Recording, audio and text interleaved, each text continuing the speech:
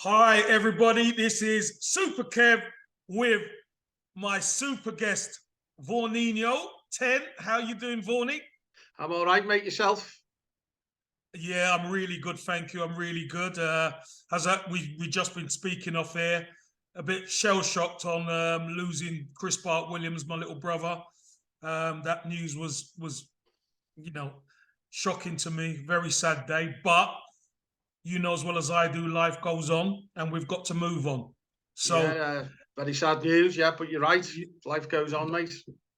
well, look, going from one tragic event to let's talk about Everton. Oh, another Let's talk tragic about event. let's talk about Everton. So, Vaughanie, number one, let's recap last season, or shall we take it from January?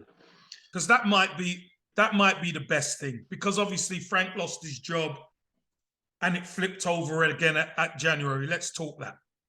Yeah, it was inevitable, I think, what was going to happen with Frank.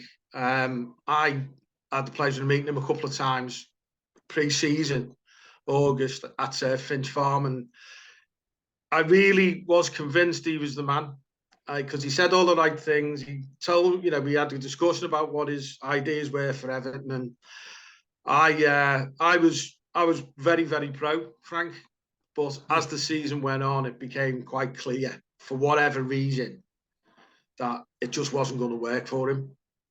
So we got rid, and in came Dyche. But I did have an inclination, mate, to be honest, and I did say to my friend, and I think I said on Twitter a couple of times, that I didn't think Frank was going to last to the end of the season, and that Sean Dyche would be the man who replaced him. Vaughanie, do you think it was just like a mirror of this previous season? Because Frank came in January. It was like the same thing happened when Frank came in. It's like the team couldn't get under Rafa, the team couldn't get a result. Frank came in, started to move things forward a little bit, survived right at the death. This time, Frank had his pre-season. Obviously, couldn't spend a lot of money. Team done all right, and then were struggling, and then they flipped it over, and Sean Dyche came in and done the business to the end. It's like two stamps of the same problem. Yeah, I would agree, mate. The thing being, as I think it's been widely sort of reported or highlighted, that Frank and Sean Dyche have completely different training methods. And maybe that's why it didn't work for Frank. And I've got to be honest with you, Sean Dyche's methods are more the way I've been used to, or would I expect from, a top football club. The stories I heard about Frank, whereas he's very laid back, he sort of, he didn't push the players as hard as maybe they could have been pushed. And ultimately, I think that's what the results were showing on the pitch. Sean Dyche came in, jigged a few things around a bit, but just pushed them harder. And I think his standards were a lot higher in terms of his discipline standards. He won't accept less than 100%. We all know there's been players in the past who sometimes get away with certain things in training because of who they are and what they may be able to produce on a Saturday afternoon. I think with Sean Dyche, I don't think has that. I think all his standards apply to every single player. And if you're not pulling your weight in training, you won't be playing on a Saturday afternoon. And I think some of his team selections highlighted that, to be honest. And in the end, it got us through, didn't it? It certainly did. It certainly did. I just wanted to ask you about the last game of the season, Vaughanie. Where did you watch it, and what was your heart like? Well, I watched it from my seat behind the goal in the park end. That's normal. But I've got to say the feelings this season were completely different from the feelings from the Crystal Palace game. Yeah. Because the Crystal Palace game, we were all up for it. We all, we gave it passionate, and you were hoping to praying we weren't going to go down. I think my own personal feelings were, oh, here we go again. I couldn't muster the same, although I did do what a supporter does at the game, supported the team, cheered the team up. But inside, when we were 2-0 down against Palace, I was like, that's it, we're gone. And I was dejected. Yeah. But this time around, I was like, so what? What do you expect? Nothing's changed, if that makes sense to you. And obviously, when Decore scored the goal, I joined in with everybody else. But it was more, I know they say Palace was a relief. To me, this was more of a relief because they've escaped twice now. And different types of relief. Yeah. Palace was euphoric relief. Bournemouth was just thank God that's over and we haven't gone down. Yeah. And purely because I don't think anybody's learned any lessons. And I think blame gets shifted. The person who will always get blamed at a failing football club is a manager. And that's not always the case. Yeah. And I feel, yes, Frank needed to go. And in hindsight, Frank needed to go after the 2 Bournemouth defeats, in my personal opinion. However, he could only had a certain level of tool to work with. And those, all right, Sean Dyche got them working harder, and that's got them to stay up. But he still struggled for, his results weren't great. And that's my point, you see, Vaughanie. Whereas when Frank came in, it's virtually the same players that he's moved on. And now, obviously, I think sustaining it over a season, they've struggled, haven't they? Absolutely, really mate. Struggled. Absolutely, because I think I've said this to you before in previous podcasts. I firmly believe a manager, I've been involved in the game and that. And a manager is only as good as his players. And people seem to think that coaches or managers can bring ability out of a player that the player doesn't have. If the player hasn't got it, no manager in the world can bring it out.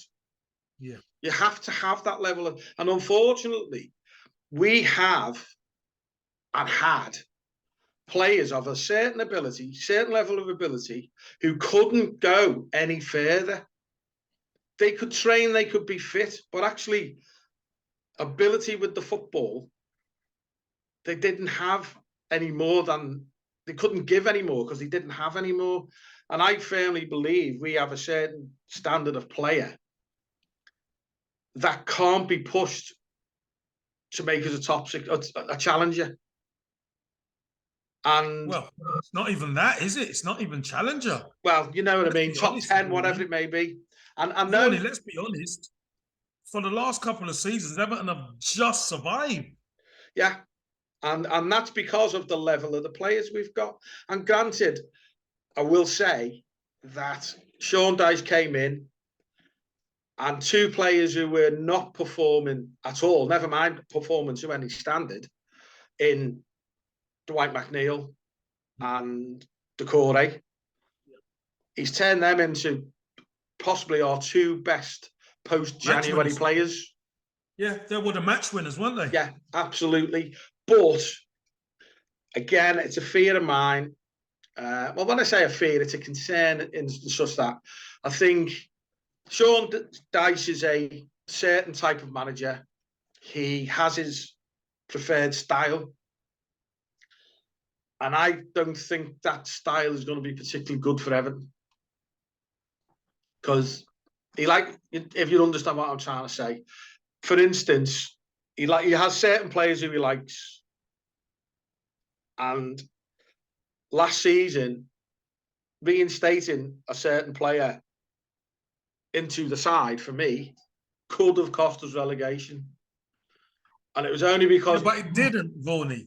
It didn't, because he changed it. You say could have, but it didn't. No, it didn't, mate. But he changed it, and that's why I didn't. That's why I think we didn't get relegated. Had that decision, he'd remained with that decision to put that player in, and I don't really want to name the player, but I think you know who I'm talking about. No. Listen, I know you're talking about, and it's a fair assessment. But when you see, and I'm not saying he would ever bow to fan pressure. I don't think he ever would, because he doesn't seem that type of fella. Do you know what I mean?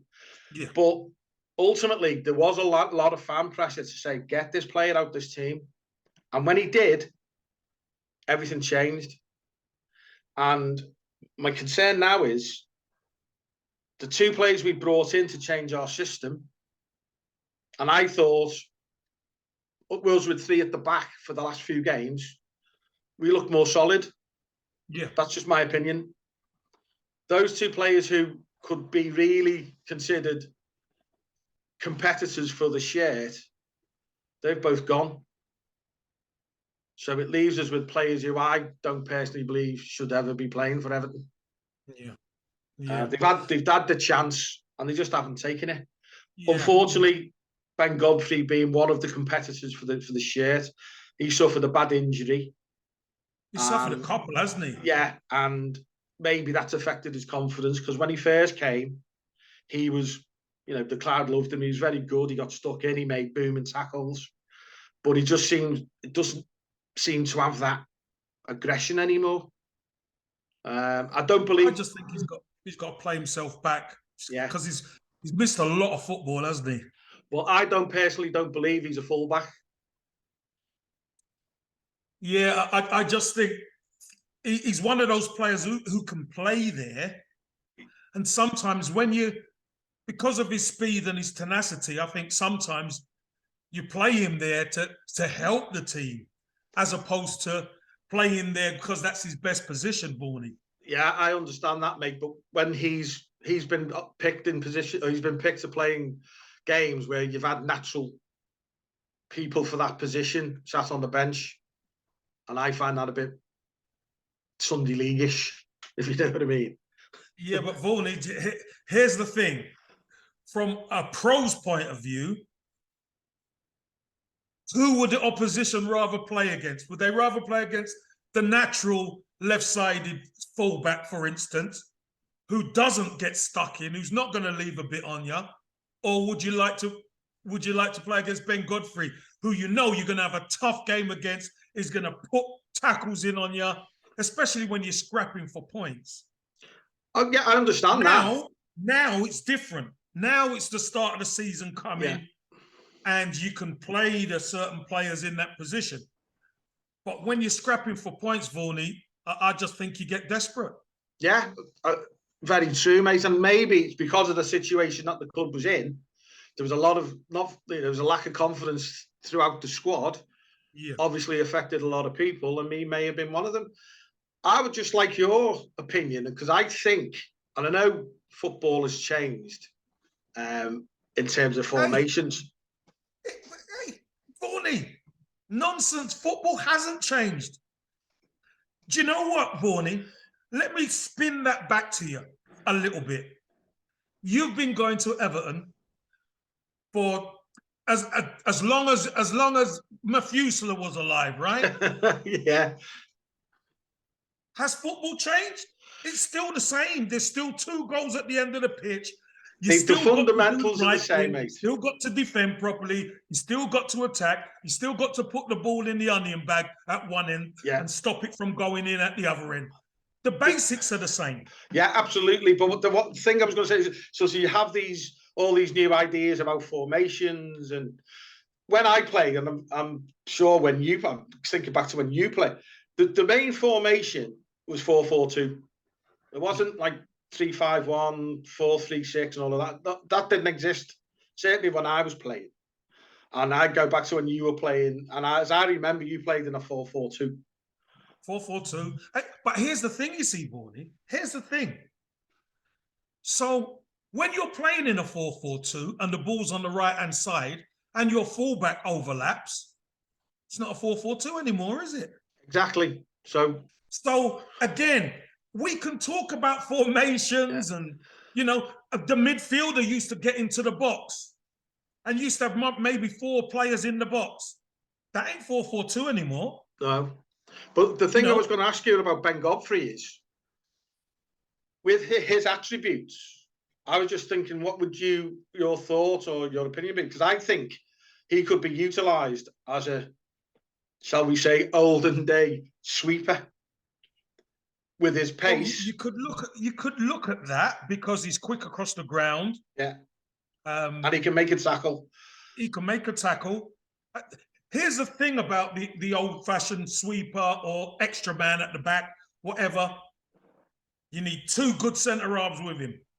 Yeah. If you're gonna get him to do that job, you need 2 aggressive centre halves with him who can handle contact with a striker. Because now there ain't many teams who play 2 up top. So what a striker tends to do, he tends to move from side to side. So you make the guard dogs pick him up, and Ben Godfrey stays free. And if he can do that, then what's he like on the ball? Is his distribution has to be right? Is the midfield is the midfield set up right so he can just play simply? There's a lot of permutations to that, but I understand because do you know what? As I said, he's quick across the ground and he can cover. He can cover 2 centre halves who are happy to put it in. But I don't particularly think Sean Dyche wants to play that way. I think Sean Dyche wants to play flat back 4. He will play that way if he needs to. Yeah. Not through necessity. Yeah. But my point was, if he needed him to do that job, I think he could do that job, Ben. I think he could. But here's the problem, you see, Vaughanie. He could do the job, but that's sparingly. You're not gonna play 3 at the back the whole season, so he gets used to it. Do you know what I mean? So it is quite ironic because I thought last season, as I said to you just earlier on, I thought our strongest unit was Mina, Tarkowski, and Cody. Yeah. And so that's effectively playing 3 at the back, isn't it? And he's decided he obviously doesn't want to do that because he's got shut at 2 of them for whatever reason. Again, listen, Sean Dyche, he was a centre half himself. He knows what he wants. And this caveats nicely onto the next question. And you know what this is? The board, the changes.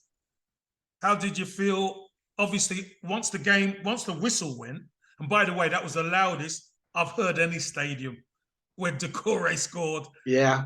I've never heard a stadium that loud. As you know, I was pitch side. It was incredible. Relief after the game, and then it turned to a little bit of anger. What are your thoughts on that and the board and the changes that happened or haven't happened?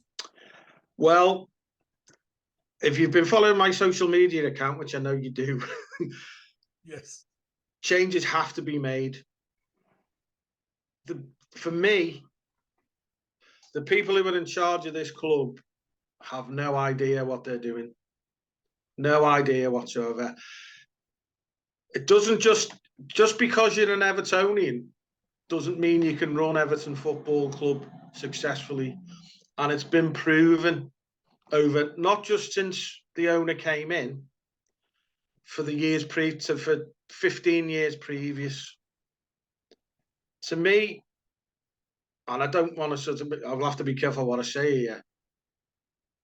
The man is an incompetent buffoon. And I'll say, Mr. Ken, that's my opinion.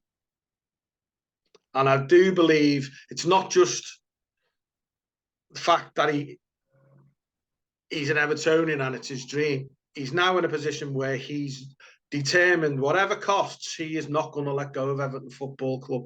And if that means throwing colleagues, fans, whoever it may be, under the bus to save his own skin, he's already done it numerous times and he will continue to do so. And until he is gone, Everton Football Club will remain where they are. We will never push forward to be anywhere near the club we once were.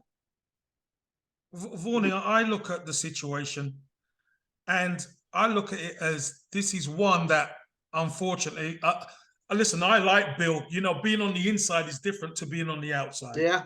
I like Bill Kenwright, but this situation is one he can't win because the fans have watched and been patient and seeing what's going on, and the club have got the owner with the money and have spent the money, and they're in a worse position. Yeah. And now the fans, like yourself, like many who will listen to this, are looking at it and thinking, no, we're not going to take this anymore. And there was a position where Everton announced that Bill Kenwright's going to make a decision, or the club is going to make a decision within 48 hours. Yeah. What's your thoughts on that? Because 48 hours went, and then it went to a week or whatever. What's your thoughts on that? And then Managerial at the end came out with the statement that Bill's staying. So yeah, well, my thoughts on it, and the thoughts of every Evertonian I interact with or am close to, family members, friends, none of us believed for 1 second he was ever going to leave Everton Football Club. None of us believed it. And my own personal, well, that's opinion of other people as well, but my personal opinion, this "he begged me to stay" rubbish is just that. It's propaganda. It's PR. I was going to leave, but he begged me to stay. Nobody wants you here. Nobody wants you. To me, Mashiri is a money man. He's not a football man. He's not clued into football. You know, he's made ridiculous statements about football, i.e. that we need a striker, we'll get a striker. Didn't happen. So on and so forth. And then you've got Mr. Kenwright coming out with nonsense about how Everton Football Club board of directors are revered, and thought, other clubs ask us what we would do because we always get it right. Well, the facts of the matter are you don't, and it's all words. And I don't see, for him, if I was in his position, if I was just a normal thinking man, Evertonian to the core, and now the majority, not the minority, the majority of the fan base no longer want me in position because they don't think I am capable of doing the job required, then I would be thinking what would be best for Everton Football Club, not what was best for Neil Vaughan. Because it is obviously his dream. Of course, yeah. But there's been other instances way back in the past with, finances, and it's all accumulated now. And he's always got out of it. He's always wormed his way out of it one way or another. But he's never going to be able to do that now, because the biggest mistake he made was throwing the fans under the bus. And that's just, whoever thought up that idea is beyond me. It's completely beyond my thought process how he was allowed to release those statements, knowing that, incidents of crime, some of those incidents reported are actually criminal offences, but they were never reported to the police. And it's like he's insulting our intelligence. Yeah. Do you know what I mean? And I do feel sorry for, some people might call me for it. I feel sorry for Graham because I think he was put in an untenable position. And I honestly only ever believe that he was appointed to the board because of who he is, not what he could bring. And I think he was a shield for Kenwright because Kenwright didn't think the fans would turn on Sharp. And ultimately they did. What Graham I think he made 2 mistakes. Was one, turning on the fans with certain comments he made, and the biggest one he made was allowing himself to be manipulated into the position in the first place. And yeah, I mean, you know what, Vaughanie? I'll be honest with you. As an ex-Everton captain, when I first came to the club, Sharp was always been fantastic to me. And I look at Sharpie. Obviously, he was working at the club and stuff like that, and to be offered the honour of being on the board, I think it was too good for him to turn down. Oh, if I'm honest with you. Yeah, I agree. I don't think he thought he was just there for it to be a shield for Ken Knight. Yeah. But I think that was the ulterior motive. If things don't go well, if Sharpie, because of who he is, says the right thing, then they'll all go, well, if Sharpie's saying it, we trust him, and it must be true. But ultimately, other things came out, and it was sort of, if it had been me, I would have been tended not to be saying things like, well, the protest was one man and his dog, because the protest is now 25,000 men and 25,000 dogs. It's the fan base. Yeah. And, I know it's not everybody, but it's a big chunk. Yeah. And of the fan base. I don't know what Denise Baxendale's actual qualification. I know she's a very good businesswoman. I know she was excellent at running charities, which she proved with Everton in the community. Yeah. But to be given the role, sort of be given the task, and it was a huge task, to run the football club, I don't see what. Maybe I'm wrong because I'm not seeing a CV in terms of qualifications, but I would suggest that running a football club on a day-to-day basis is far different than running a charity. Because you've got football things for starters. There's so much more work in parts, isn't there? And I'm not being derogatory to her, because she's obviously a very intelligent woman. She's been a successful businesswoman. She turned Everton community around. But on the football side of things, I don't see why she was appointed. What was it? Qualifications or experience in running a football club on a day-to-day basis? And I think that, again, was a job for the boys to a certain extent. And it was a job to somebody that he knew would support him whatever happened. And ultimately, all the people he appointed who thought were going to be there, which they did support him. The fans don't care about that. I've had enough of it. So he took them under the bus as well. That statement about, I don't run the football club, the CEO runs the football club, I thought that was despicable. Absolutely despicable.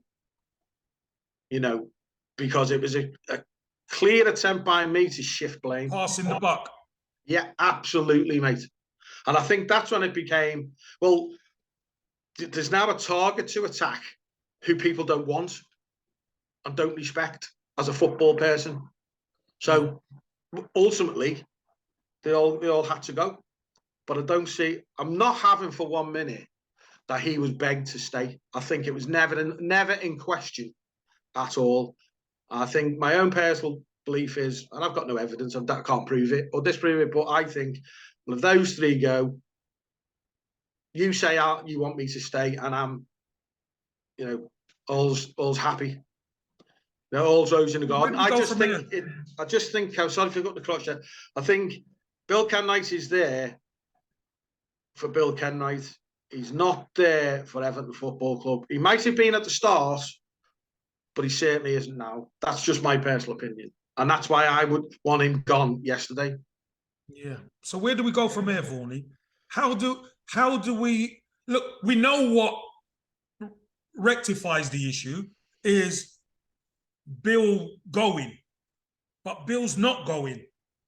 So how do you see this playing out? Just to finish. How I see it playing out is in order for us, we've got to build a stable team on the field. Yeah. If they can build a stable team on the field, then that'll take the pressure off to a certain extent. But the problem we have, because of our situation, as everyone knows, is how are we going to build a stable team on the field that will push Everton Football Club forward? I've had a lot of debate with people on social media about, I've been seeing lots of comments about, I just finishing comfortably mid-table. Now, in the circumstances, I understand why people are saying it, but I don't think that's a phrase Evertonians should ever having to be saying, you know, for like out of relief.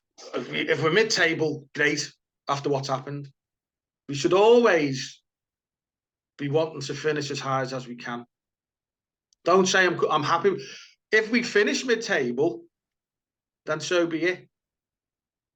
But I can understand why people are saying it, because this squad we've got at the minute, I fear that will be very much the same unless they bring players in. And when we say we bring players in, our difficulty is we've got one or two promising youngsters, but 3 or 4. I'm not going to 3 or 4 promising youngsters, but sort of the senior pros or the more experienced, they're the ones who've gotten us into this position in the first place.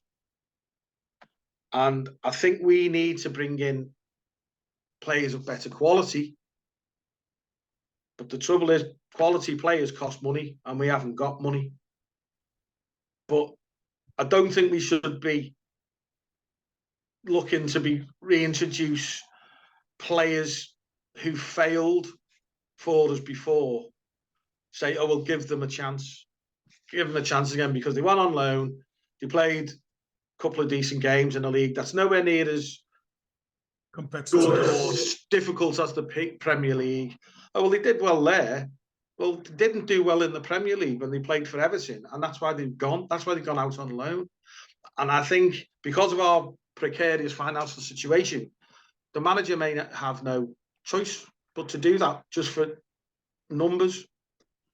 But I said yesterday, it's not just about bringing players in, it's the quality of player, and quality costs. And it was proven yesterday, the young lad from Spain, still ongoing, I believe, but the chances are it's looking... It's done now, isn't it? Well, last I read on Twitter this morning was it's still ongoing, and it's not been confirmed, but it's been confirmed by a journalist. But another one had said, well, it's not quite, confirmed as it's not done, it's not signed. But the point I'm making is, Dan was done. Come on. I think it has been done, but there's a little bit of false hope.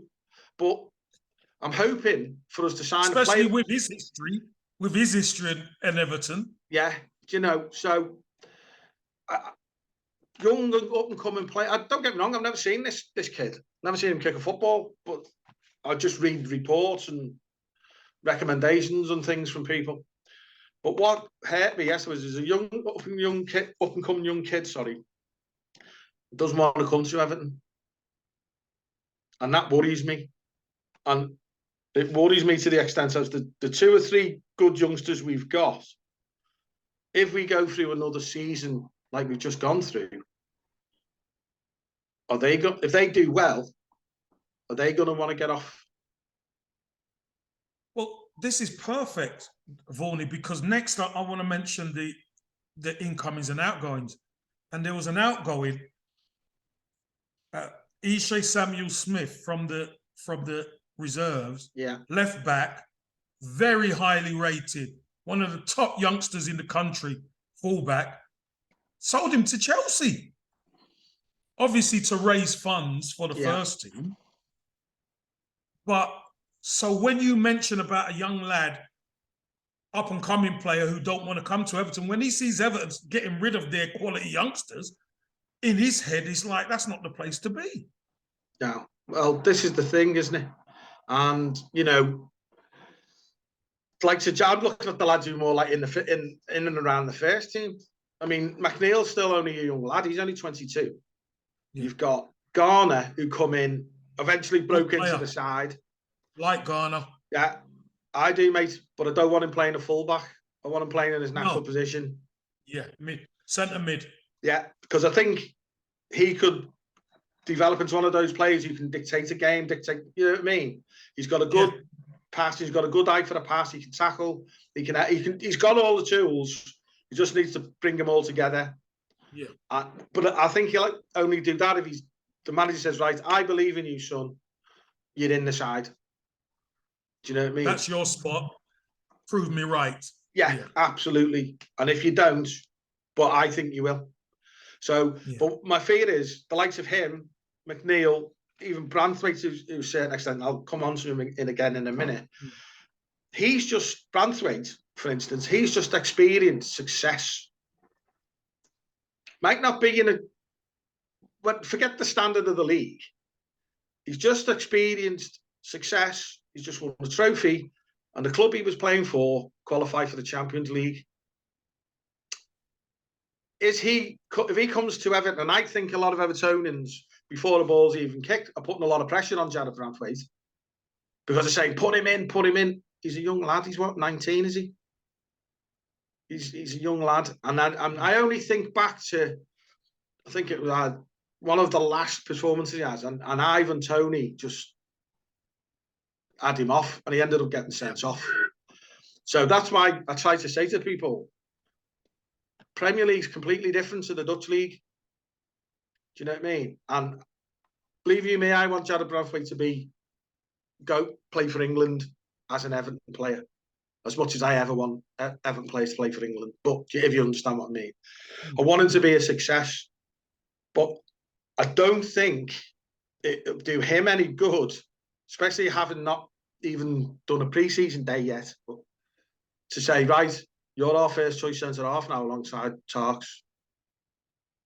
I think that could backfire. I'm not saying that he would do that, because I don't think he will. I think our starting back two, our centre-backs will be Keane and Tarkowski, unless he can bring another centre-back in. But are we actively looking for the centre-back? I don't know. I think all our focus is on strikers, isn't it? Well, let's look at the incomings. We just spoke about Danjuma, and Ashley Young came in. I know there was a lot of people not happy about Ashley Young coming in. What's your thoughts? And I could tell you this, Ashley Young will be an asset to Everton Football Club, in my eyes. What's your thoughts on Danjuma, obviously, and Ashley Young coming in? You know what? I wasn't bothered in the slightest when we signed Ashley Young. I know a lot of people were saying, no, he just made certain examples or compared him to other players who come in, Delph being one. He was just a complete and utter waste. But I honestly believe he's a consummate professional. Mm-hmm. He's fit, as fit now as he was when he first started. Yep. He can play. He's got ability. And also, one of the biggest things I think he'll bring to Everton, he's got that little bit of niggle. A little bit of snide is what I used to call it. And he's played for clubs where it was ingrained into you as a player. He's an ex-Manchester United player. And whatever ex-Manchester United players we've signed in the past, regardless of you rated them ability-wise, they always they were the first one at the referee, they were the first one contesting decisions. You know, I was brought up as a player, and I brought up my kids' team. Well, every ball is ours. Doesn't matter whether it's not ours. You go, our ball. Compete, yeah. You compete, and you put a doubt in whoever's making the decision, man. And Ashley Young is full of that. And I watched him Saturday, and I was impressed. Yeah. I was very impressed, and he took his goal well. So the other thing as well, Vaughanie, he can play multiple positions. Absolutely, mate. As well as each other. Yeah. Wherever he plays, he's a 7 out of 10. Absolutely, mate. Now, going on to Danjuma, I'll be perfectly honest, I can't make any sort of informed comment about his ability as a footballer because I've never watched him. Never seen him kick a minute's football. The only thing that concerns me, and people have made reasons for it, whatever, is what happened January. When we were this is just my take on it, could be completely wrong, but he'd agreed to join the football club. Certain things happened. He decided to go elsewhere, which is his choice. It is choice. No, hold on, Vaughanie. It's not exactly that simple, Vaughanie. He agreed to sign for one manager. Right, okay. And that manager got the bullet. Right, okay. And for a player, you know, a lot of these guys won't know what it means to be at Everton. So he's going on Frank Lampard. Right. Okay. So once Frank Lampard gets fired, and remember, it took Everton ages to hire another manager. Okay. And I think that was the problem. It wasn't the fact that he didn't want to come to Everton. The problem was Frank Lampard got fired, and Everton never got another manager in to say, yeah, I want you, come on. And he was left in limbo. So he was like, I can't sign for a club who's got no manager. Okay, well, fair enough. If that's what I'll accept that as why he didn't come. But the thing that, for me, in him not coming was the fact that he didn't say, I'm not coming. He just rocked up. If reported to be believed, I don't know. Well, but listen, I don't think he's going to come out himself and say it. I'm sure he told the club, and the club were petrified to come out and say it. Maybe so. I never thought it that way. Do you know what I mean? So. And this is why we have these podcasts, because a player's point of view and a fan's point of view we can look at the same thing, but we're looking at it from different angles. Yeah, and I'll accept that. Now you've explained it that way. I can't comment him as a player because I've never seen him. What I can say is, I hope he comes in and delivers to us what he's telling us he's going to deliver. If he does, then I'll be as happy as as you can be. You'll be delighted. I'll be delighted, mate. And because ultimately, I just want Everton to win football matches. And if he can win football matches for us, then great. But I will never judge any player until I've actually watched him. Yeah. I see people, I don't go along with a certain view that he's going to be the answer to all our prayers. He may well be, but he may well not be. So until I've actually seen him in a blue shirt, doing what he does, I will then say, from my own experience and knowledge of football, I'll say, well, yeah, he's a decent player. Because there's some people, Evertonians, I think, and I don't mean it disrespectful to any Evertonian, every Evertonian, or the majority, if you like, they need a hero to cling on to for the reasons we know. We had them in the 80s. We had the whole team full of them, and they've been very, very sparse since. Yourself is one of them that we were able to cling on to because of what you contributed for us. And for me, you will be forever revered for your contribution to Everton Football Club. And we've had this discussion before, and I know you don't like me saying it, but my personal opinion, you saved us, mate. And you will be forever, I will be forever grateful to you. It's like Dele Alli, digressing to very much. Well, Dele Alli he was going to be the next question. Last season, at the Palace game, obviously we all know what Dele's issues are now. But that day, were you there? You were there that day, Palace, weren't you? No, I wasn't there. I was in studio. Right. Well, me personally, he kept Everton. I know he didn't score any of the goals. He was unbelievable when he came on. He changed the tempo of that game by just getting on the ball and wanting to make something happen. And yes, it was 45 minutes, but at the time we didn't know what turmoil the lad was going through. Yeah. You know what I mean? And I always backed him, to be honest. I'm not just saying this. People will be going, oh, yeah, sure, you did. I did, because he's got ability. Same with Dwight McNeil. When he was getting a torrid time, when he first joined, I was saying, the lad's got something. Just get off his back and let him play. And eventually, he got somebody who believed in him. And he played his way through it, didn't he? Yeah, and he's now made the crowd believe in him. Decore is the same. In his first season, I thought the partnership with Decore and Allen was very good. It worked well for the games they played together.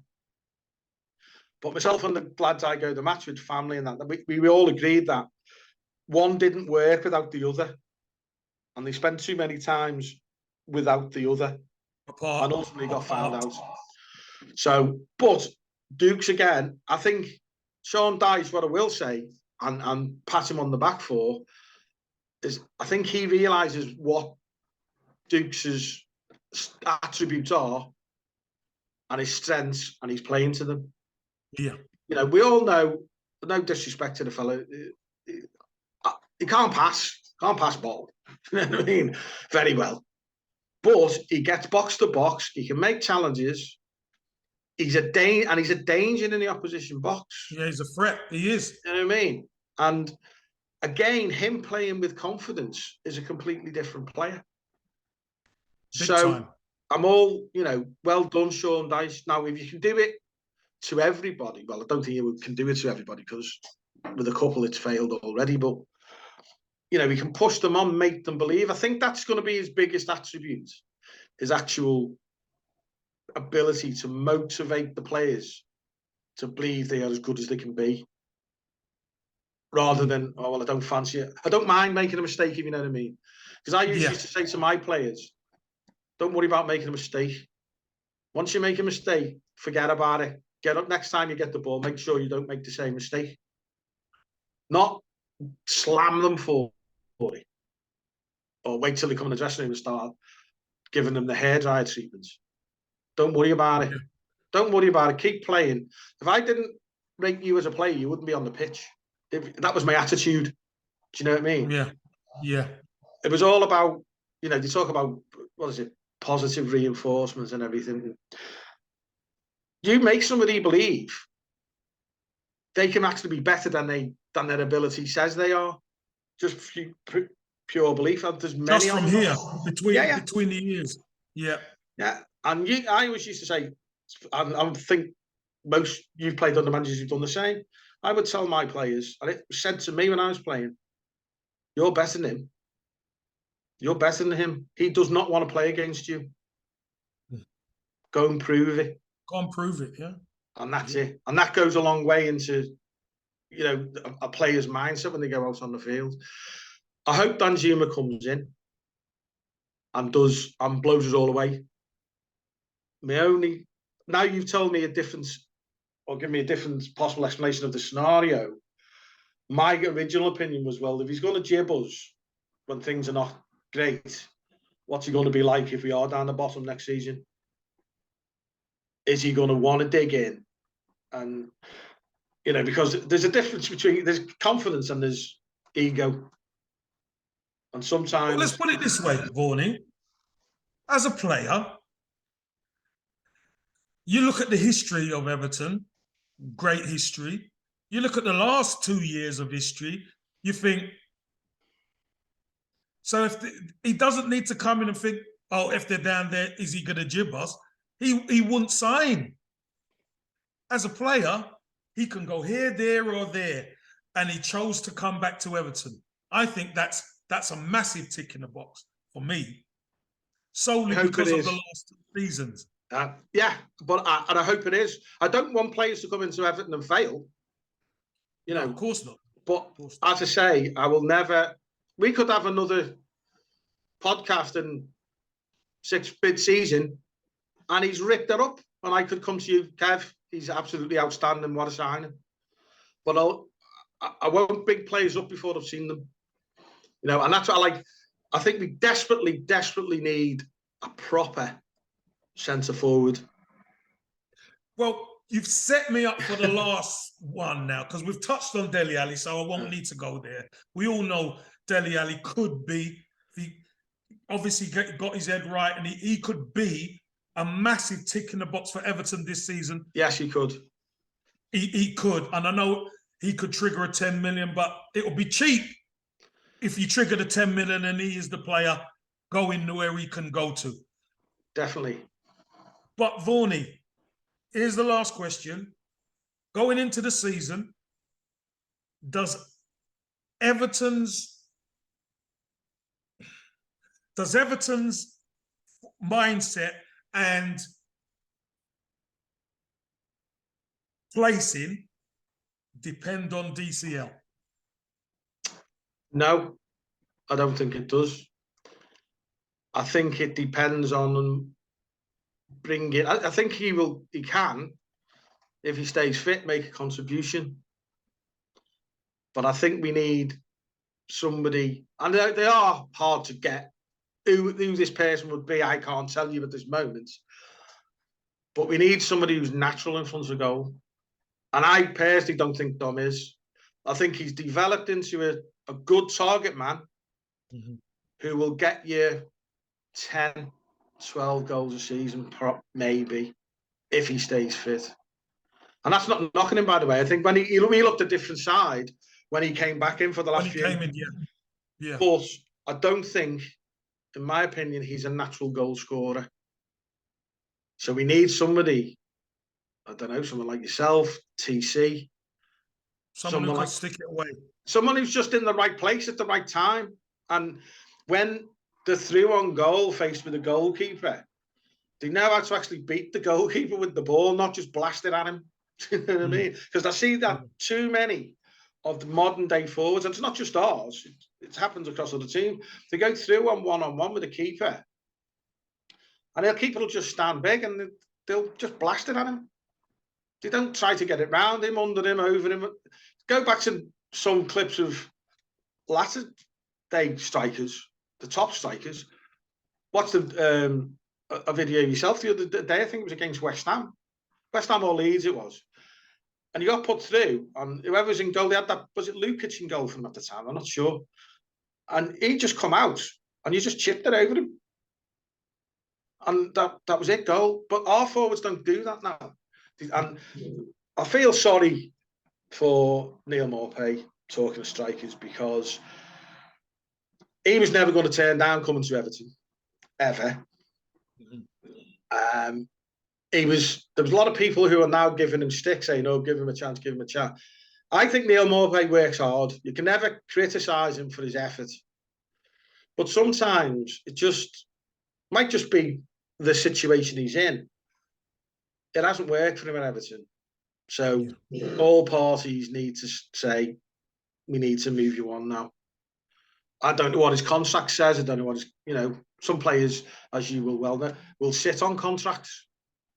Yeah, there are rumours, aren't there? There are rumours that they're trying to do a swap deal and stuff like that. But look, I just think maybe the fit wasn't right.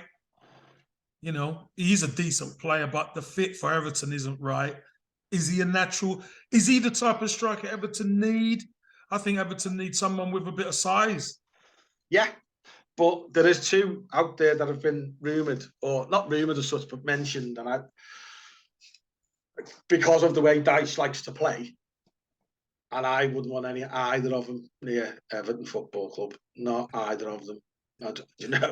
And I'll say them that the lad at Burnley, who was at United, Vigorst is his name, and Chris Wood. That would demoralise me completely. And I've got this horrible feeling, and I'm trying to sort of say it tongue in cheek at the moment to try and convince myself it's not going to happen.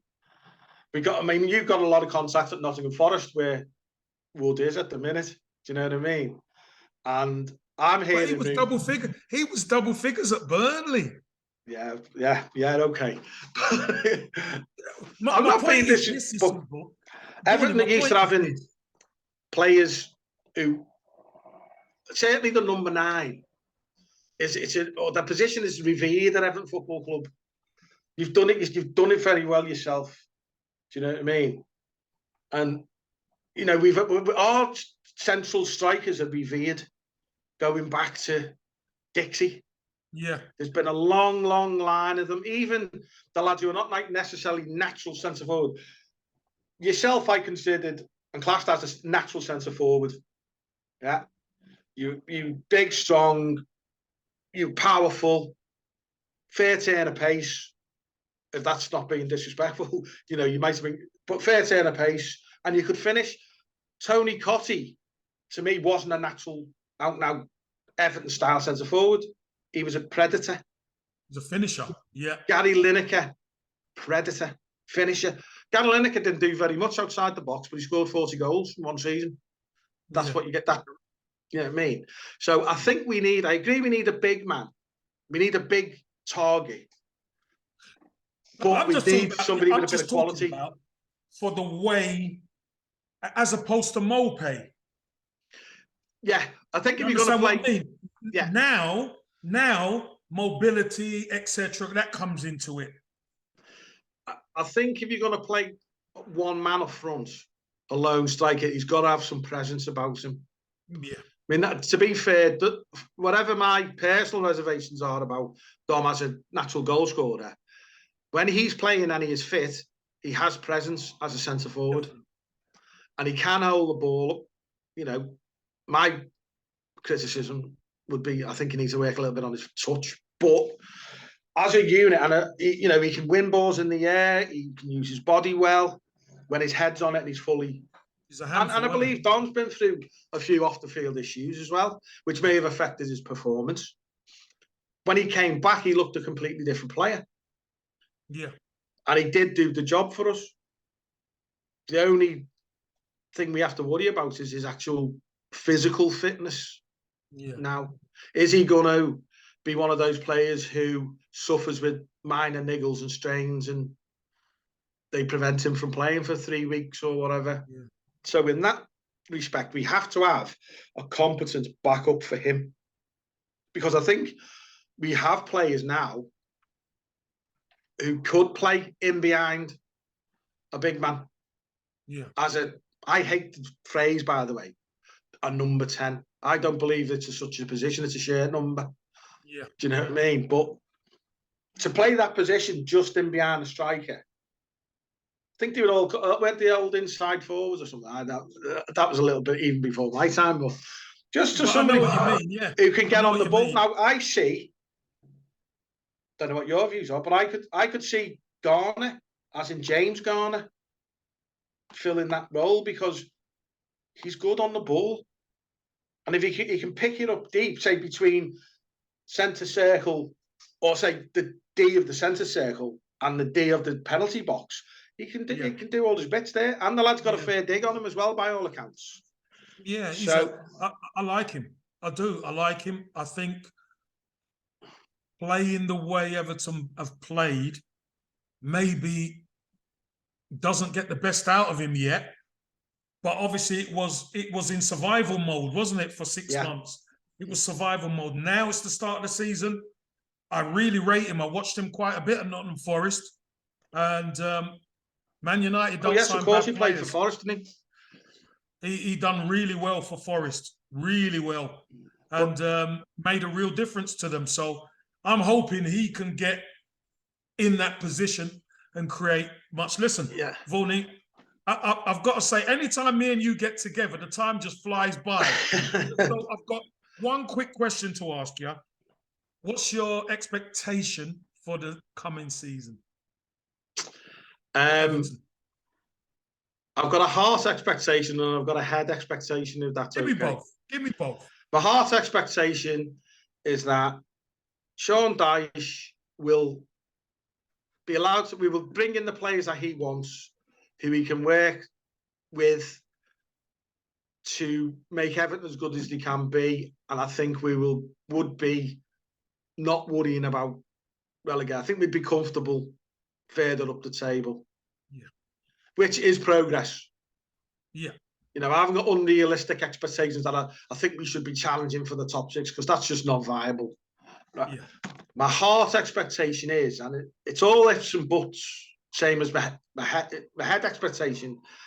Heart expectation, ifs and buts. Head expectation, ifs and buts. If we do not strengthen this squad in the areas it needs strengthening in, it's going to be very much the same as the last 2 seasons.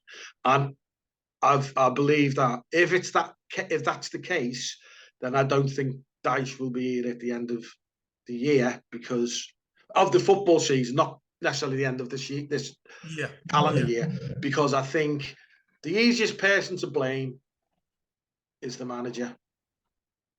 And as you said, there's lots of things that go on behind the scenes in a football club that nobody knows anything about, but it gets put on the manager, and the manager might have nothing to do with it whatsoever. He's just saying, well, I'm here. There's nothing I can do about it.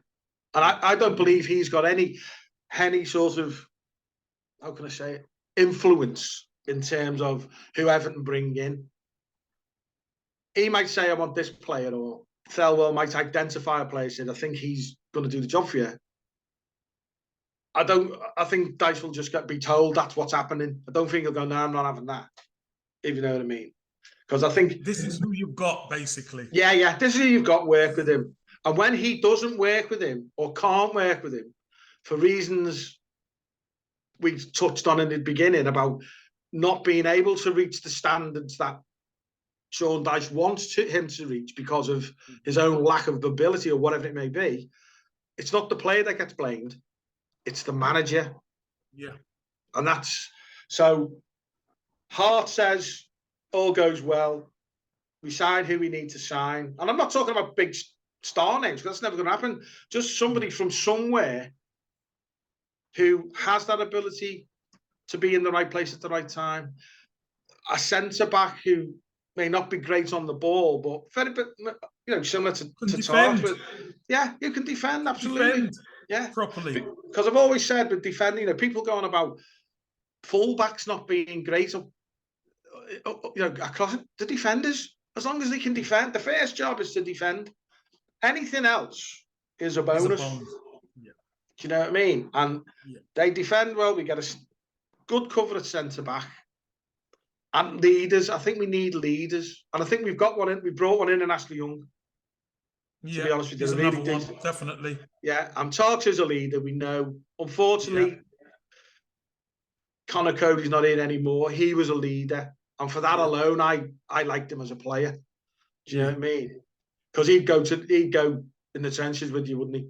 Do you know what I mean? And he told it like it is as well. And I think ultimately all I want is a squad of players who will go out there and give their all for Everton Football Club. Just give their all for Everton Football Club. And if they go out there every week and give their all and we lose, you can't criticise them. No, true. Very true. But too many over the past, I won't just say last couple of seasons, I'd say the last 5 or 6 seasons. I think if certain Everton players were being honest with themselves, they didn't give all they could give to the cause. And they're the type of players I don't want at my football club. Yeah. And I know it's easy to say every footballer to professional player, but I know what I saw, and I know when I see a player jibbing out of a tackle, you can give me all the spiel you like. This is what I saw. You've been there. You know what it feels like. Yeah. So I'd rather see. I'm sure you've seen many of these. I'd rather see 2 people in a dressing room at it with each other because one's saying the other one's not doing a job, than the other one, and them going, oh, well, don't worry about it, lads. We're, the position we're in. Accept it. No, never. My philosophy has always been throughout my whole football life, every time you take that field, go out to win. You are never always going to win. And some days you might take a kicking because the team you're facing is better than you. But as long as you give everything, then I can't criticize. Nobody can criticize you. And if you get relegated because of that, and they've given 100%, you'll go, well, it's been coming, hasn't it? Really. You won't just suddenly turn on them. Do you know what I mean? And I've got my expectations are not that high. The expectations are hopefully stay in the league. I don't like having that mindset. But unless I think we can only, as we touched on before, I don't really want to go back on about him, but I don't think there's going to be any real progress at Everton in terms of the mindset of the football club as an organisation, not as in the dressing room. They're just going to accept things as they are now. I think in the dressing room things might be different because I like a lot of what the manager says and his positivity, and I think he genuinely, he wants that for the team. and he's trying to bring that with the team. But I think ultimately it may not just be down to him.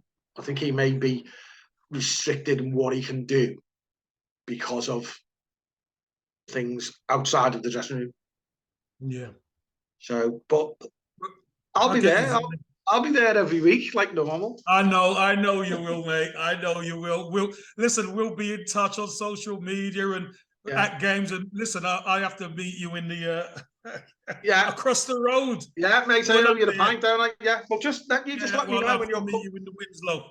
When you're coming up, you're next up.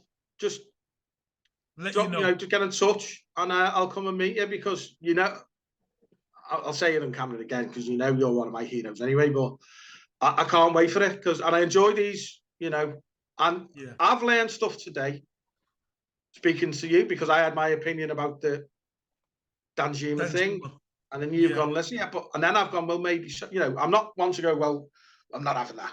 I'm like, well, you're in a better position to give an opinion on it. I just had my own opinion, but your views on it have slightly swayed my opinion.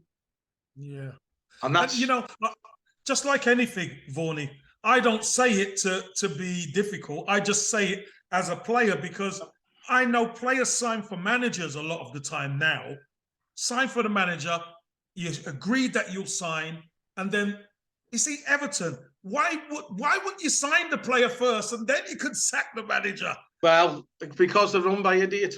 It's a circus run by clowns, as they say. So but I enjoy our little our chat. Well, little chats. They get longer and longer every time we have them. But I really do enjoy them. And as I said, next time you come up, I must owe you a few bevies. Hey, listen, well, we'll definitely meet up and my lad's absolutely dying to meet you because I obviously go to the match with my lad. He's dying, and I'll bring that shirt. Well, we make sure it's a match day. Yeah, definitely. Make sure it's a match day so we could go into Winslow. Yeah. So all right, mate. Look forward to it. Yeah, be great. Vaughanie, thanks for your time. I really appreciate it, mate. My pleasure, mate. And thanks for asking me on. No, you're welcome. I hope all you Evertonians out there enjoy listening to Vaughanie because some of you share his views, some of you don't. Some of you share my views, some of you don't. But that's what football's all about. It's all about opinions. Absolutely. Everyone, take good care and all the best.